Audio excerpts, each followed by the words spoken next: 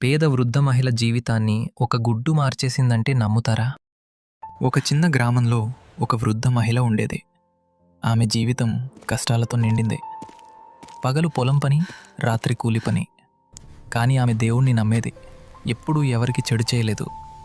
ఒకరోజు సాయంత్రం ఆమె నది పక్కన నడుస్తోంది. అక్కడ ఆమె ఒక భారీ గుడ్డును చూసింది.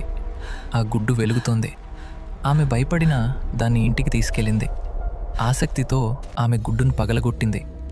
అందులో నుంచి బంగారు కోడి బయటకు వచ్చింది. మరుసటి రోజు ఆ కోడి బంగారు గుడ్లు పెట్టింది. ఆగకుండా అలా గుడ్లు పెడుతూనే ఉంది. ఆమె వాటిని అమ్మలేదు, పేదవారికి పంచింది. ఆమె ఒక చిన్న ఉచిత దుకాణం పెట్టింది. ఈ విషయం లోబుల చెవుల్లో పడింది. అర్ధరాత్రి వాళ్ళు కోడిని దొంగిలించారు. ఆమె వాళ్ళ వెనుక పరుగెత్తింది, కానీ కింద పడిపోయింది. దొంగలు అడవిలో నుండి పారిపోయారు. కొంత సమయం తర్వాత ఒక్కసారిగా కోడి పాముగా మారింది. భయంతో వారు పారిపోయారు. మరుసటి ఉదయం ఆ కోడి మళ్ళీ ఆమె ఇంటి ముందు నిలిచింది. దేవుడు మంచివారిని ఎప్పుడూ కాపాడుతాడు. పేదవాళ్లం కావచ్చు, కానీ నిజాయితీగా ఉండాలి.